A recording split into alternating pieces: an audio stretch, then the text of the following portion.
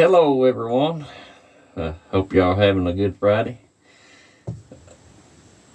Promoting hate speech. Well, what is hate speech, according to these social media platforms? It is the conservative side who believes in taking this country back, who believes in knocking down the rise of communism and these radical Muslims who's come into this country trying to take over, to bring in Sharia law, when you have a lot of people that's come out of Iran, escaped that place, rising up at board meetings, supervisor meetings, and begging American people to listen, to not let these mosques and stuff bring in Sharia law, which they're trying to tear down our Constitution. They're trying to make Americans submit to their way of life when they assimilate to their religion, to their way of life. You know, it's funny, the liberals spent years hollering separation of church and state. They took Bibles out of school. They took the Ten Commandment statues out of courthouses. All in the guise of separation of church and state. Now you've got places like Massachusetts implementing laws of trying to get this DEI Muslim saying, pass a law that Muslims put them in place of power, tolerance to their religion when they're trying to destroy Christianity in this country on the guise of separation of church and state. Hypocrites. You've got people, when Charlie Kirk was assassinated, took to social media laughing and making fun and attacking memorials. And when you got President Trump, multiple assassination attempts, people get on social media and say they didn't have a good enough aim, or they should have tried harder. Or you got people hollering 86-47. That ain't hate speech. But when you get on here and you want people to rise up and vote, to make sure your vote's counted, to make it too big to rig, even though they dump a bunch of mail-in ballots at the last minute that we stood up and voted it was too big, even for that to happen, that we're promoting hate speech. Well, censorship is back on these platforms, people. It's midterm time, and they're trying to put their thumb on the election. They want to take conservative Christian voices off their platforms. They will knock them down. They don't want you. They're going to shadow ban you. They're not let you go nowhere. Anything, people from 90, 100,000 down to 500 people. Let's say 500 subscribers or whatever. If you believe in conservative Christian values, they're going to knock you back. They're not going to allow you on your platform. They're going to come up with some kind of excuse to get you off. You know what, I'll tell you right now, I'm not ashamed every bit that I'm a Christian conservative. I believe that Jesus Christ died for my sins. And my goal is, and always has been, to get people out to vote. You know, put a fire under them, make them mad, get them out to vote. You know,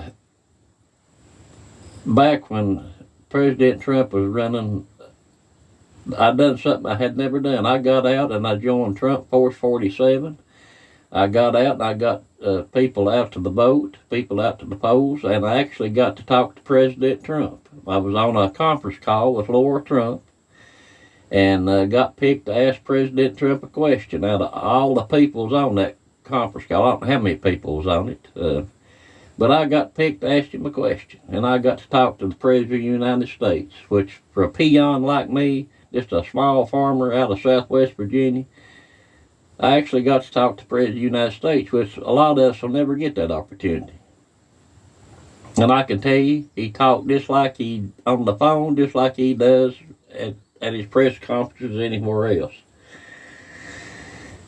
But I don't agree 100% with what everything President Trump does. I've met lots of people on since I've been on YouTube. I've got to correspond with people out of South Africa, out of Canada, uh, all around America, farmers out of Nebraska, Kansas, New York, right around home.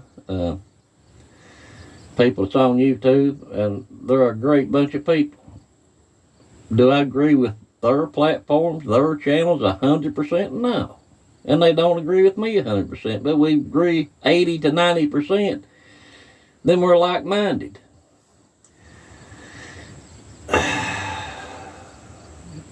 I met some wonderful people. I met farmers.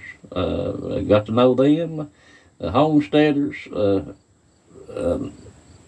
preppers, songwriters, storytellers, who all share our goal is to take this country back so we'll have something for our children and grandchildren.